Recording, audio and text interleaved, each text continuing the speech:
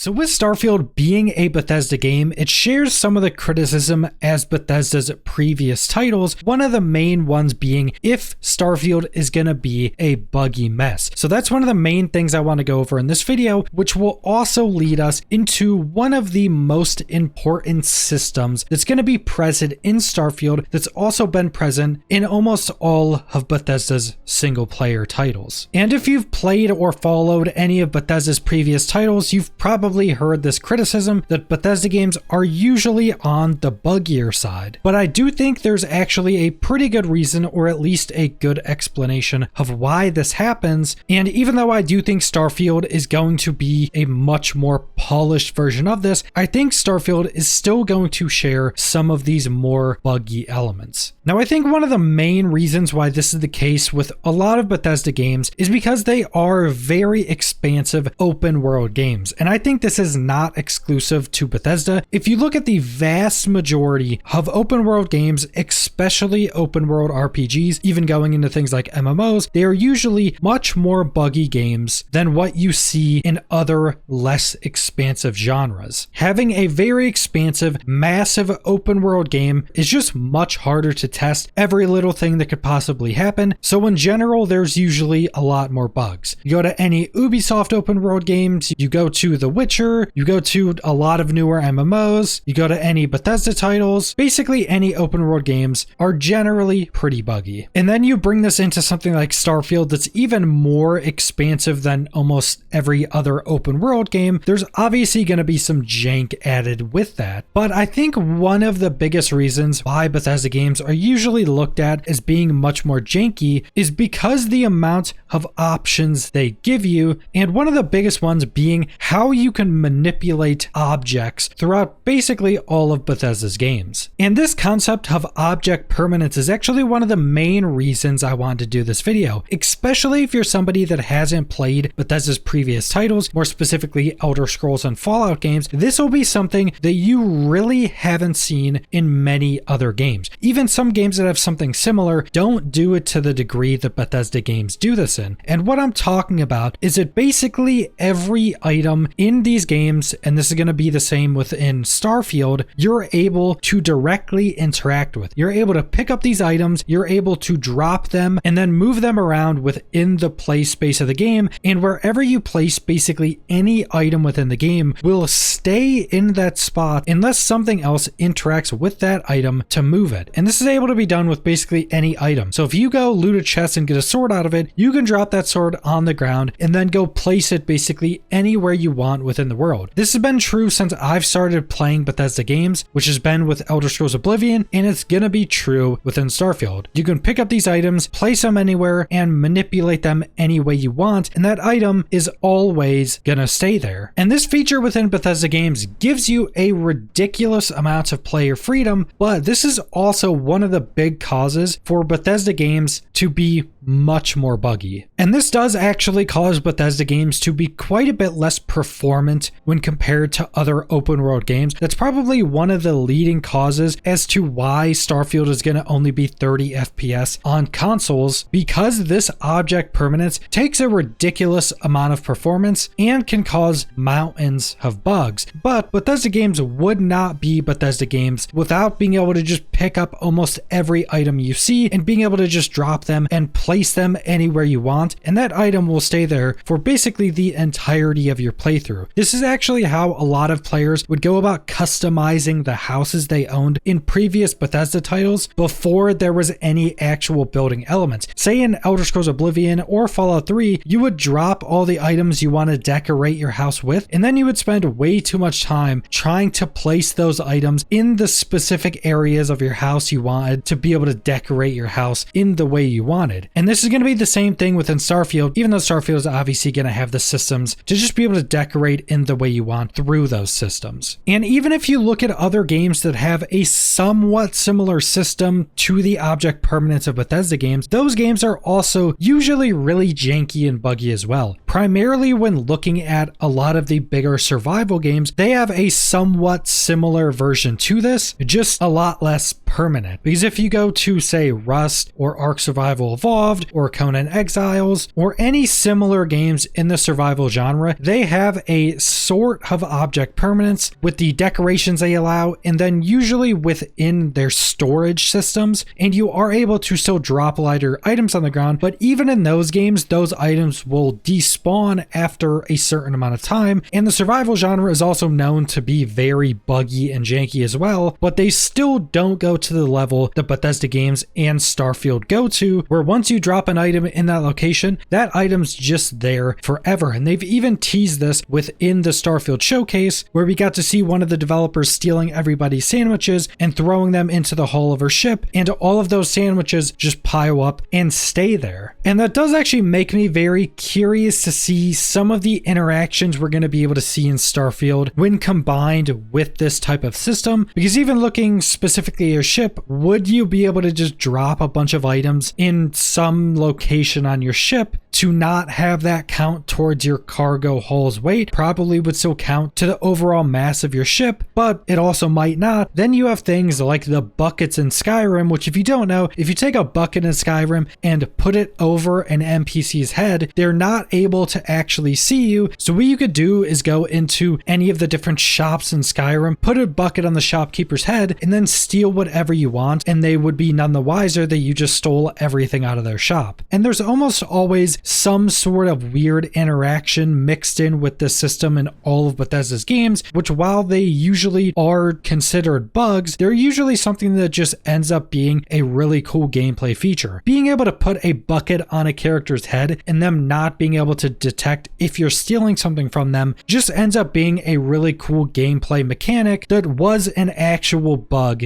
in Skyrim. But I will say that even though Starfield is going to be so much more expansive, I do think it's going to be a lot more polished than pretty much any of Bethesda's previous titles. And I think this boils down to a handful of different things. First off being they are using an updated version of the creation engine that they've used for majority of their previous games. And you can think of this as basically the equivalent of the Unreal Engine going from Unreal 4 to Unreal 5. That's basically the same thing. They went from Creation Engine to Creation Engine 2. So there's going to be a lot of updated tools they get to use, which will almost certainly help with making a much more polished game and being able to squash bugs much more easily. But there is also the fact that this game was supposed to come out, I think, almost 2 years before we're actually going to get it. And a lot of that delay actually having to do with Xbox wanting to give Bethesda more time in the game. And we did also learn that Xbox has a lot of staff from Xbox as a whole actually working on helping to bug fix and polish up Starfield before it's being released. So even though it's going to be much more expansive, I do think it's going to be quite a lot more polished. And I know this has been a bit more of a rambly video, but I did want to go over this criticism of Starfield because even though Bethesda games are legitimately pretty buggy, I think a lot of people usually don't go more in depth than game buggy and that's it, and don't go into any of the reasons as to why these games are generally more buggy. And one of the big reasons of object permanence legitimately being a really good reason as to why the games are more buggy, but having a massive upside to that as well. But that's pretty much all I want to go over, so thanks for watching.